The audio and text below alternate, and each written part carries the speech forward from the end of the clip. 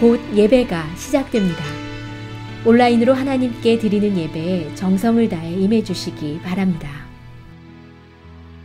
온 가족이 함께 모여 거룩하게 예배를 드립니다. 부모가 아이들의 훌륭한 영적 교사 역할을 하시길 바랍니다. 단정한 복장으로 예배를 드립니다. 성경책을 지참합니다. 예배 10분 전부터 예배 준비를 완료하고 기도합니다. 올바른 자세로 모든 순서에 정성을 다해 참여합니다. 핸드폰보다는 TV나 컴퓨터 모니터로 예배를 드립니다. 예배에 집중하여 하나님의 은혜를 기대합니다. 헌금은 정성껏 준비해서 우편으로 보내시거나 직접 교회 사무실 헌금함에 봉헌합니다.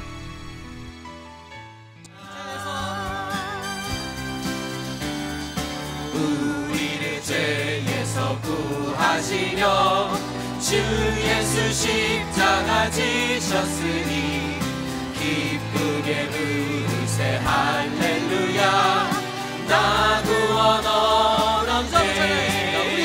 우리를 죄에서 구하시려 주 예수 십자가 지셨으니 기쁘게 부르세 할렐루야. 나 구원 얻었네. 찬송하세 찬송하세 주님 나를 구하셨네. 찬송하세 찬송하세 주가 구원하셨네. 나 지금 죄에서 사함받아 거룩한 백성이 되었으니 이으신 장막을 벗을 때도 겁날 건 없겠네. 찬송하세 찬송하세 주님 나를 구하셨네. 찬송하세 찬송하세 주가 구원하셨네. 우리가 이 세상 떠날 때에 예수의 손목을 굳게 잡고 영원히 즐거운 천국에서 주 함께 살겠네. 찬송하세 찬송하세 찬송하세 주님 나를 구하셨네. 찬송하세 찬송하세 주가 구원하셨네.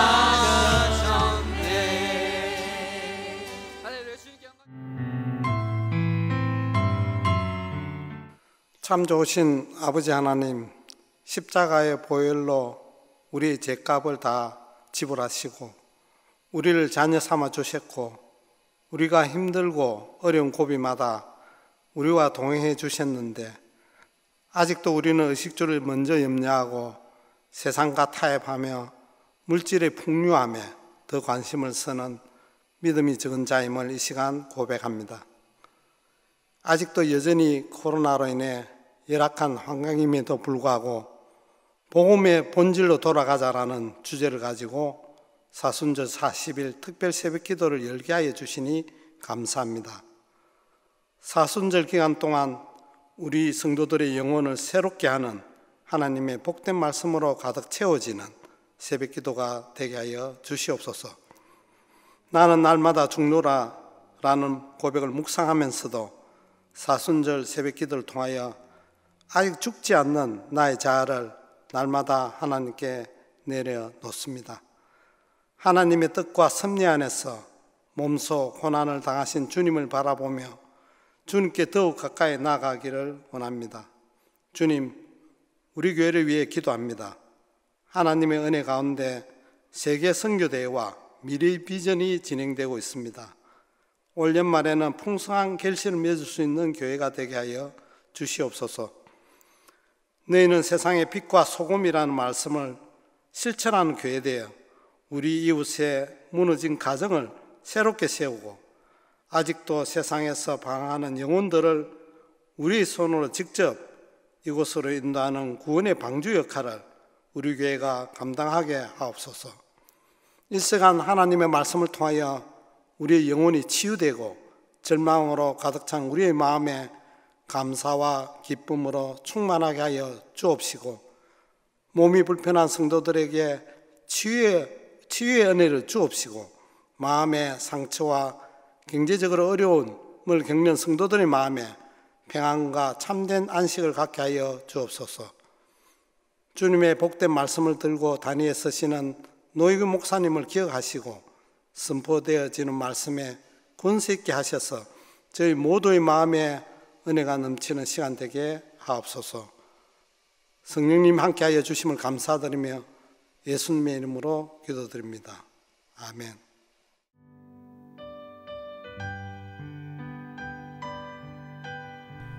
오늘 우리에게 주시는 하나님의 말씀은 마태복음 14장 22절부터 36절입니다.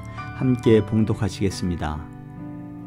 예수께서 즉시 제자들을 재촉하사 자기가 무리를 보내는 동안에 배를 타고 앞서 건너편으로 가게 하시고, 무리를 보내신 후에 기도하러 따로 산에 올라가시니라. 저물매 거기 혼자 계시더니 배가 이미 육지에서 술이나 떠나서 바람이 거스름으로 물결로 말미암아 고난을 당하더라. 밤 사경에 예수께서 바다 위로 걸어서 제자들에게 오시니 제자들이 그가 바다 위로 걸어오심을 보고 놀라 유령이라 하며 무서워하여 소리 지르거늘, 예수께서 즉시 이르시되 안심하라, 나니 두려워하지 말라. 베드로가 대답하여 이르되 주여, 만일 주님이시거든 나를 명하사 물 위로 오라 하소서 하니, 오라 하시니 베드로가 배에서 내려 물 위로 걸어서 예수께로 가되 바람을 보고 무서워 빠져가는지라. 소리질러 이르되 주여, 나를 구원하소서 하니, 예수께서 즉시 손을 내밀어 그를 붙잡으시며 이르시되 믿음이 작은 자여 왜 의심하였느냐 하시고, 배에 함께 오름에 바람이 그치는지라. 배에 있는 사람들이 예수께 절하며 이르되 진실로 하나님의 아들이로소이다 하더라. 그들이 건너가 게네사라 땅에 이르니 그곳 사람들이 예수이신 줄을 알고 그 근방에 두루 통지하여 모든 병든 자를 예수께 데리고 와서 다만 예수의 옷자락이라도 손을 대게 하시기를 간구하니 손을 대는 자는 다 나음을 얻으니라. 아멘. 오늘 하나님의 말씀은 마태복음 14장 22절부터 36절의 말씀입니다. 예수 그리스도께서 오병이어의 기적을 보이시고 제자들을 게네사렛이라는 동네로 먼저 배를 태워 보내십니다. 예수님께서, 우리가 신약을 보게 되면요, 예수님께서는 주로 이 갈릴리, 이 바다를 중심으로 주로 사역을 하셨지요. 오늘 말씀을 보면요, 예수님께서도 이 게네사렛이라는 동네에 복음을 전하기 위해 가시는 그 모습이 오늘 본문의 주된 내용이라 할 수가 있을 것입니다. 예수님께서 제자들을 배에 태워 이 게네사렛이라는 동네로 먼저 보내시고, 예수님은 홀로 산에 남으셔서 기도를 하십니다. 오늘 본문의 23절의 말씀을 읽게 되면 저물매라고 성경에 말씀하고 있어요. 이 저물매라는 뜻은 늦은 밤까지 예수님께서 산에 남으셔서 기도하셨다는 것을 우리가 알 수 있다는 것입니다. 그런데요, 제자들이 타고 간 그 배에 문제가 생기게 되었습니다.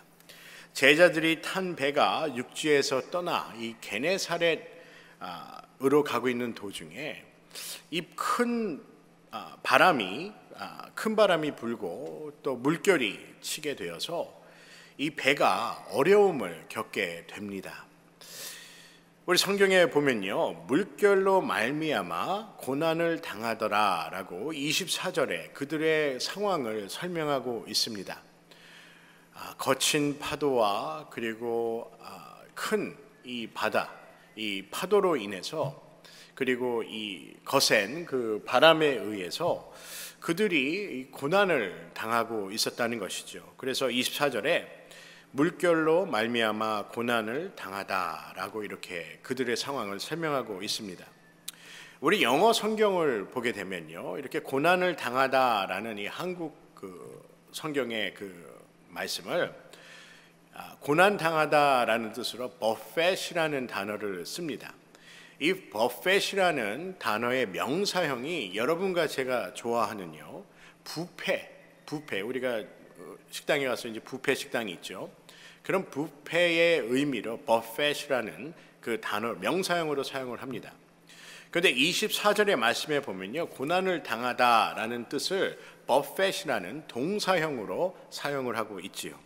그래서 버펫이라는 뜻이 바로 이 고난을 당하다라는 뜻으로 한국어로 이제 성경에는 해석이 되어 있다는 것입니다. 이 버펫이라는 그 단어를, 고난 당하다라는 오늘 24절의 말씀에 그 단어를 한국말로 직역을 하게 되면 고분분투하다라는 뜻입니다. 어려움을 극복하기 위해서, 이 어려움을 겪고 있는 상황을 겪고 있지만 그 상황을 극복하기 위해서 고분분투하는 것이 바로 이 버펫이라는 단어라는 것이죠. 그리고 이 버펫이라는 단어는요, 그 오늘 24절의 말씀처럼 센 바람과 이런 성난 파도로 인하여 겪는, 그들이 제자들이 겪고 있는 그 고난을 설명하기 위해 사용된 동사형으로 사용된 버펫, 고난을 당하다라고 이해하시면 될 것 같습니다. 그런데 이 버펫이라는 단어가요, 그저 성난 바람과 파도가 한 번 있어서 지나가는 그런 지나가기 때문에 지나간다라는 의미로 그 고난을 사용한 단어가 아닙니다. 다시 말하면요, 이 버펫이라는 단어는 그들 제자들이 이렇게 성난 파도와 그리고 이 광풍과 같은 센 바람으로 인해서 겪는 고난이 한 번만 있는 것이 아니라 이러한 상태가 계속되어 반복되는 것을 바로 버펫이라는 단어를 사용해서 고난을 겪다라는 단어로 사용이 된다는 것이죠. 일순간, 그러니까 한 번만 겪는 그런 고난이 아니라 이러한 고난과 어려움이 계속해서 반복된다라고 성경은 말씀하고 있다는 것입니다. 이러한 파도와 바람이 한 번만 있는 것이 아니라 계속해서 생겨난다는 것이죠. 여러분, 인생이 항상 잔잔한 바람이 불어서 돛을 단 배처럼 순탄하면 얼마나 좋겠습니까? 우리의 매 순간이 이렇게 돛단 배처럼 순탄하게 간다면 얼마나 좋겠어요. 그런데 인생이라는 우리가 삶의 여정이 날마다 순탄하지는 않습니다. 그래서 사람들은 이러한 상황을 겪을 때마다 무엇을 느끼게 되지요? 두려움을 겪게 됩니다. 두려움을 느끼게 되는 것이죠. 그래서 이러한 삶의 역경과 어려움은 그렇게 오늘 말씀처럼 제자들이 겪은 것처럼 성난 파도와 그리고 강한 광풍이 한 번만 있는 것이 아니라 우리 삶에도 계속해서 연이어서 있을 수 있다는 것입니다. 여러분, 이럴 때 우리 사람들은요, 보편적으로 두려움을 느끼게 됩니다. 예수를 믿고 따른다는 것이 왜 좋고 또 소중할까요? 인생이라는 여정에 우리의 모든 것을 아시는 예수 그리스도께서 우리와 함께 하기 때문에 우리 인생의 항로가 두렵지 않다는 것입니다. 이런 버펫과 같은 이러한 어려움이 또 찾아올 수 있지만 우리가 두려워하지 않는 이유는 바로 예수님께서 우리와 함께 하시고 우리를 지켜주시고 우리에게 이겨낼 수 있는 용기를 주신다는 것입니다. 오늘 본문에 제자들의 모습을 한번 볼까요? 제자들은 두려움에 빠져 있었습니다. 첫 번째 두려움은 바로 이 성난 파도와 이 거친 이 파도에 의한 두려움이었고, 두 번째 두려움은요, 예수님께서 그들과 합류하기 위해서 무리를 걸으셨을 때 유령인 줄 알고 착각을 하여서 두려움을 느끼게 됩니다. 오늘 묵상을 이렇게 제가 해보면서 왜 예수님은 산에서 기도하시고 아침에 다음 배를 타시고 이 게네사렛에 가시면 되는데 왜 그렇게 늦은 밤에 그 시간에 무리를 걸어서 제자들에게 오셨을까 하는 것입니다. 왜 그 늦은 밤에 예수님께서 그 다음 아침에 일어나셔서 조찬을 하시고 식사를 하시고 배를 타고 게네사렛이라는 동네에 가도 뭐 그렇게 늦지 않는데 왜 그 밤에 새벽 한 2, 3시경에 서너 시경에 왜 그 밤에 제자들이 있는 그 배로 무리를 걸어서 가셨는가 하는 것입니다. 여러분, 예수님께서 그 늦은 밤에 혼자 산에서 기도하시다가 갑자기 이 제자들에게 온 그 제자들이 있었던, 그들이 겪고 있던 그 두려움과 그리고 염려와 근심 가운데 있는 그 상황에서 예수님께서 그 배로 오신 이유는 예수님께서 제자들이 겪고 있는 그 상황과 처지를 아셨기 때문이라고 믿습니다. 24절의 말씀처럼요, 제자들이 고난을 당하고 있었다는 것은, 제자들이 고난을, 이런 어려움을 겪고 있었다는 것을 예수님께서는 이미 아셨다는 것이죠. 제자들을 안심시키기 위해 이 배로 걸어오시고 있었다는 것입니다. 기도를 다 마치시고 기도하시는 중간에 예수님께서 제자들의 이 어려움을 아시고 무리를 걸어오셨다라고 믿습니다. 27절의 말씀에 보면 예수께서 즉시 이르시되 안심하라, 나니 두려워 말라라고 제자들에게 말씀을 합니다. 여러분, 염려, 근심, 두려움의 반대말이 무엇일까요? 바로 안심, 평안입니다. 다시 얘기하면요, 염려, 근심, 두려움의 반대말은 안심과 평안, 안심하고 평안한 것, 바로 두려워하지 않는 것입니다. 우리가 복음의 본질을 안다면 우리는 두려움에서 해방된 삶을 살아갈 것입니다. 믿으십니까? 예수님은 우리의 말 못하는 그런 상황과 환경도 다 아신다는 것입니다. 제자들이 그 물 한가운데, 그 바다 한가운데 그런 어려움을 겪고 있음을 예수님께서는 아시고 그들에게 오셨다는 것입니다. 자녀에 대한 우리의 삶을 살다 보면요, 자녀에 대한 걱정도 있을 수 있고, 또 팬데믹으로 인해서 우리가 어려운 이 가정의 그 경제 상황도 있을 것입니다. 그로 인한 근심이 생길 수도 있죠. 육신의 병으로 인한 그 두려움도 있을 것이고, 또 관계의 어려움으로 인한 불안함도 있을 것입니다. 여러분, 이러한 상황, 우리가 겪고 있는 이 모든 상황을 오늘 말씀처럼 예수님께서 제자들이 겪고 있는 그 모든 상황을 아신 것처럼 예수님께서는 우리의 모든 상황을 아신다는 것입니다. 여러분이 두려움 가운데 있다면, 그리고 말 못할 고민으로 근심 중에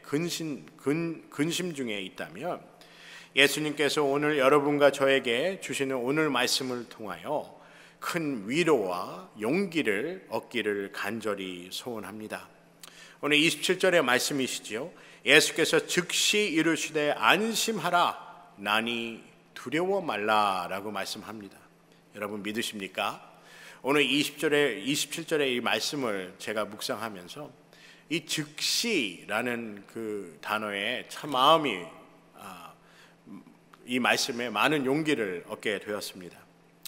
사랑하는 성도 여러분, 우리가 믿는 삼위일체의 하나님은 지체하시는 하나님이 아니십니다. 즉시 행동하시는, 지금도 우리를 위해 일하시고 역사하시는 하나님이신 줄 믿습니다. 왜 하나님은 우리가 직면하고 있는 이러한 어려움, 특별히 팬데믹으로 인한 그런 상황을 겪게 하셔서 이런 고난을 주실까라는 그런 질문을 하실 수도 있을 것입니다. 저는 이 질문에 이렇게 한번 질문을 하고 싶어요. 왜 하나님은 우리가 직면하고 있는 이 팬데믹의 상황을 겪게 하셔서 우리에게 이러한 어려움과 고난을 주시는가라는 질문에 이렇게 저는 질문하고 싶습니다.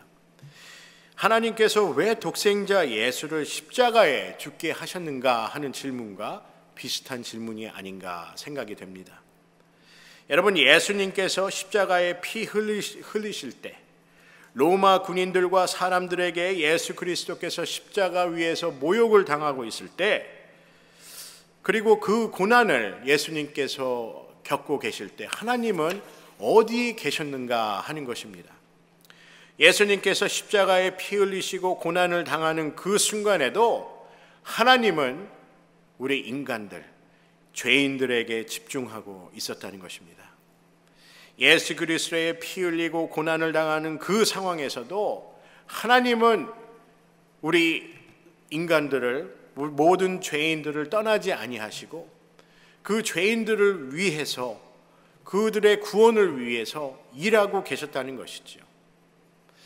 이 팬데믹이 우리의 삶에 주는, 하나님께서 우리에게 깨닫게 하고자 하는 그 목적이 무엇일까요? 하나님이 우리와 함께 하시겠다는 메시지입니다. 하나님이 우리를 버리지 아니하시고 우리를 떠나지 아니하시고 지금도 우리와 함께 하시고 지금도 하나님께서는 일하고 계신다는 것입니다. 복음으로 돌아가라 라는 의미는요, 예수님께로 돌아가라 라는 의미와 같습니다. 이것이 바로 하나님께서 우리들에게 주시고자 하는, 이 팬데믹의 상황에 우리에게 주시고자 하는 메시지입니다. 예수 그리스도께서 십자가에 못 박혀 피 흘리고 고난당하는 그 중에서도 하나님은 우리를 떠나시지 않고 우리와 함께 하시고 또 예수 그리스도와 함께 하셨다는 것입니다. 여러분, 팬데믹은 우리가 전에 등한시 여기고 잊어버렸던 하나님의 은혜를 찾는 시간입니다. 교회에서 드리는 예배가 얼마나 소중한 것인지, 기도가 얼마나 가치 있는 일인지, 성경 공부에 그 말씀을 배우는 것이 얼마나 큰 축복인지, 찬양이 왜 그렇게 의미 있고 가치 있는 일인지를 우리가 깨닫는 시간이라는 것입니다. 전도와 선교가 왜 필요하고, 전도와 선교가 어떻게 우리에게 큰 행복을 줄 수 있고 믿지 않는 자들에게 새로운 삶의 방향을 보여줄 수 있는 길인지를 우리가 다시 한번 생각하게 된다는 것입니다. 여러분, 앞에 보이는 이 가드 보이시죠? 이 플라스틱으로 우리가 강대상 위에 설치를 하였는데, 제가 이 가드를 유심히 이렇게 자주 봅니다. 그래서 뭐 먼지가 있거나 좀 깨끗이 않으면 자주 닦아요. 뭐 어떤 분들은 목사님한테 혼나지 않으려고 이거 닦는다라고 생각하시는 분도 있으실 텐데, 뭐 한 소리 안 들으려고, 그것도 뭐 맞는 말씀은 맞는 말씀입니다. 그런데 제가 이 가드를 이렇게 닦으면서요, 닦는 이유가 몇 가지가 있어요. 첫째는 온라인으로 예배를 들으시는 우리 성도님들이 혹시 이 먼지나 이런 것 때문에 담임 목사님의 이 설교하실 때 좀 bother 되지 않도록 하는 그런 의미도 있고요. 또 저희가 설교할 때요, 앞에가 좀 지저분하면 자꾸 여기에 신경이 쓰여서 설교에 집중을 못할 때가 많아요. 그런데 제가 이렇게 가드를 이렇게 닦으면서 참 이것도 감사한 일이 아닌가라는 생각을 합니다. 이 강대상 위에 이 가드를 닦는 것도 참 내가 하나님께 드리는 그 정성의 한 부분이 아닌가라는 생각이 듭니다. 그래서 정성 있게 예배를 더 정성 있게 드리기 위해서 이렇게 가드를 닦기도 합니다. 그런데 전에는, 제가 팬데믹 전에는 이런 일이 없죠. 그래서 예배를 편하게 드리고 내가 설교하는 것이, 그리고 우리 목회자들과 사역자들이 설교하는 것이 그저 당연하다라는 생각을 하게 된 적이 많아요. 그런데 이 팬데믹의 상황을 지나면서 이 강대상 위에서 하나님의 말씀을 전하는 것이 얼마나 소중하고 가치 있는 일인가라는 것을 다시 한번 저는 깨닫게 됩니다. 그래서 이 가드도 더 열심히 정성 있게 이게 닦으려고 노력을 많이 하지요. 여러분, 성경에 그 노아의 방주에 관한 내용에 이렇게 보게 되면요, 이 방주를 세우고 이 노아의 방주를 그렇게 다시 짓는 그 동안에 수많은 사람들이 그 방주에 관하여 중요하게 생각하지 않았습니다. 노아에게 이렇게 정신이 좀 온전하지 않은 사람인가라고도 생각할 수 있고, 저 사람은 아마도 이 카운슬링이 좀 필요하지 않을까라는 그런 생각을 사람들이 하였는지도 모릅니다. 그런데 홍수가 나자 노아가 한 일이 얼마나 소중하고 가치 있는 일인지 그들이 깨닫게 되었다는 것입니다. 왜 노아가 자신의 모든 것을 버리고 방주를 완성하는 일에 일생을 바쳤는지를 그 사람들이 그 홍수가 났을 때 깨닫게 되었다는 것이죠. 여러분, 우리가 팬데믹 전에는 예배 드리는 것이 너무나도 자연스러웠습니다. 그리고 우리가 이 예배가 계속해서 드린다고 생각하였지요. 그런데 어떻게 되었지요? 예배 드리기가 힘든 그러한 상황에 우리가 겪게 되자 우리가 예배가 얼마나 중요하고 예배가 너무나도 소중하고 가치 있는 일이라는 것을 깨닫게 됩니다. 사랑하는 성도 여러분, 이번 사순절 기간에 그 주제가 복음의 본질로 돌아가는 것입니다. 우리가 팬데믹의 이 시간 동안요, 우리가 한 번쯤 생각해 보아야 할 것은 우리가 예수 그리스도께로 돌아가고 있는가, 예수 그리스도께 돌아갔는가라는 것입니다. 우리가 복음을 받고 복음을 듣고 그리고 복음을 지키며 살아가고 있는가 하는 것이죠. 베드로가 예수님께서 물 위에 걸어오심을 보면서 자신도 물 위에 걷게 해달라고 예수님께 요청을 합니다. 그런데 어떻게 되죠? 베드로가 이 바람을 보고 물속으로 가라앉게 됩니다. 빠지게 되는 것이죠. 그래서 28절에 베드로가 이렇게 예수님께 말씀합니다. 베드로가 대답하여 이르되 주여, 만일 주님이시거든 나를 명하사 물 위로 오라 하소서. 이렇게 예수님께 도움을 청하고 있습니다. 그런데 오늘 말씀에 보면요, 이 베드로가 두려움을 느끼게 되지요. 우리가 팬데믹을 겪고 있는 이 상황에서 이 베드로의 오늘 그 본문의 말씀을 통해서 배울 점이 있습니다. 여러분, 베드로가 두려움을 느낀 이유가 무엇일까 하는 것입니다. 29절의 말씀에 보면요, 베드로가 예수님을 바라보면서 걸어가고 있을 때는 물 위를 잘 걸어갔어요. 왜냐하면 두려움이 없었기 때문입니다. 그런데 30절의 말씀에 보면 베드로가 바람을 보았다고 얘기를 하죠. 여러분, 바람이 보이나요? 바람은 보이지 않습니다. 바람에 의하여 흔들리는 나무를 본다든지 그 바람에 의하여 낙엽이 날아가는 모습을 보면서 지금 바람이 불고 있구나, 혹은 우리가 느낌으로, 우리 피부에 닿는 그 느낌으로 바람이 부는지는 알 수 있지만 이 바람을 볼 수는 없죠. 그런데 베드로는 성경 말씀에 보면요, 바람을 보고 두려움을 느꼈다고 합니다. 여러분, 두려움이라는 것이 무엇일까요? 이 바람이 보이지 않는데 보인다고 믿기 때문에 두려움이 생겼다는 것입니다. 여러분, 사람들이 걱정하고 염려하는 대부분의 일들은 현재에 일어나고 있지 않는 일들로 인해서 사람들은 두려워한다는 것이죠. 그리고 염려한다는 것입니다. 미래에 생겨날 일들 때문에 미리 걱정하고 염려한다는 것입니다.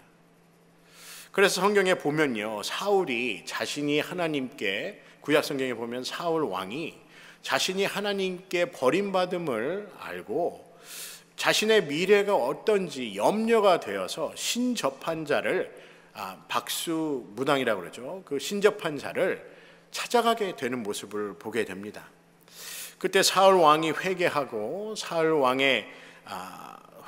하나님께로 돌아갔다면 사울 왕의 삶은 새로운 전환점을 맞을 수도 있지 않았나라고 생각해 봅니다. 여러분, 우리가 본질로 예수님께로 돌아가야 되는 그 이유가 있습니다. 우리는 새로운 삶의 전환점이 필요하기 때문입니다. 아까도 말씀드렸지만 이 팬데믹을 통해서요, 우리 믿음의, 우리 신앙의, 그리고 우리 삶의 새로운 전환점이 필요하다는 것입니다. 그리고 그 새로운 전환점을 우리는 깨달아야 됩니다. 그리고 하나님께 감사해야 됩니다. 여러분, 두려움이 우리의 삶에 엄습해 올 때 하나님께 기도하고 매달려야 합니다. 믿으십니까? 우리가 그러면 어떻게 매달려야 될까요? 어떻게 기도하면서 하나님께 매달려야 합니까? 물론 간절히 매달려야 하겠지요. 예수님만 우리의 구세주이심을, 하나님만이 우리를 구원하시는 분임을 잊어서는 안 된다는 것입니다. 여러분, 한국의 교회가 성도들의 영성이 성장한 여러 이유가 있는데 그 중에 가장 대표적인 이유가 두 가지를 생각한다고 합니다. 그 중에 가장 큰 한국 교회, 미국에 있는 한국 교회도 그렇고요. 한국에 있는 한국 교회가 이처럼 영적으로 믿음을 지키고 성장할 수 있는 이유를 두 가지로 보는데 그 중에 하나는 바로 새벽 기도입니다. 그리고 금요 철야 예배라고 그렇게 얘기를 해요. 다른 사람들이 잘 때 성도들은 일어나서 간절히 기도하며 하나님께 매달렸다는 것입니다. 이 베드로는요, 이 두려움을 이겨내지 못해요. 그래서 그는 어떠한 행동을 취하게 됩니까? 30절의 말씀이죠. 바람을 보고 무서워 빠져가는지라 소리질러 이르되 주여 나를 구원하소서 하나라고 얘기하죠. 하니라고 얘기합니다. 베드로가 예수 그리스도께 간절히 매달리는 것입니다. 나를 구원해 달라고 예수 그리스도께 청하는 것이지요. 사랑하는 성도 여러분, 예수님의 마음은 어떠한 마음일까요? 지금 우리가 팬데믹을 겪고 있고 우리가 어려움에 당하는 이 상황, 모든 것이 불편하고 모든 것이 옛날과 같지 않은 그 상황 속에서 하나님은 우리를 향해서 보시면서 어떠한 마음을 갖고 계실까요? 오늘 말씀인 31절과 32절에 이런 하나님의 마음이 설명되어 있습니다. 예수께서 즉시 손을 내밀어 그를 붙잡으시며 이르시되 믿음이 작은 자여 왜 의심하였느냐 하시고 배에 함께 오름에 바람이 그치는지라 라고 말씀하지요. 여러분, 하나님의 마음은요, 우리에게 손을 내밀어 주시기를 원하시는 마음입니다. 항상 우리에게 손을 내밀고 계시다는 것입니다. 여러분, 이것이 바로 하나님의 마음이지요. 우리가 어느 상황에 있던 어떤 환경에 있던 하나님은 우리에게 손을 내밀어 주시고 그 손을 잡기를 원하신다는 것입니다. 바로 이것이 바로 하나님의 마음이라는 것입니다. 여러분, 그렇게 심한 바람도 오늘 말씀의 31절과 32절의 말씀에 보면요, 그렇게 바람이 불고 거친 파도가 부는 그 과정에서도 예수님께서 배에 오르자마자 바람이 그쳐졌다고 말씀합니다. 여러분, 우리 삶에, 우리 인생에 생각지도 않은 이러한 파도도 치고 그리고 바람도 불 때가 있습니다. 그리고 오늘 말씀처럼 버펫이라는 단어는 한 번만 이런 고난이 있는 것이 아니라 계속해서 반복되는 고난을 얘기하고 있는데, 우리가 살고 있는 이 삶 속에서도 이런 고난과 어려움은 한 번만 왔다 가는 것이 아니라 반복되어지는 그런 고난이라는 것이지요. 그런데 우리는 이럴 때일수록 복음의 본질 예수 그리스도를 믿고 따라야 합니다. 왜냐하면 이 바람과 파도를 잔잔하게 하실 수 있는 분은 오직 예수 그리스도 한 분뿐이기 때문입니다. 오늘 말씀의 32절의 말씀이지요. 예수님께서 배에 함께 오를 때 바람이 그쳤다고 얘기합니다. 예수님께서 제자와 함께 배에 오를 때, 배에 계셨을 때 그 바람과 파도가 멈춰졌다는 것이지요. 여러분, 우리의 삶 속에 참 평안과 기쁨을 위해서는 가장 기본적인, 가장 필요한 것이 있습니다. 바로 예수 그리스도와 함께 하는 것입니다.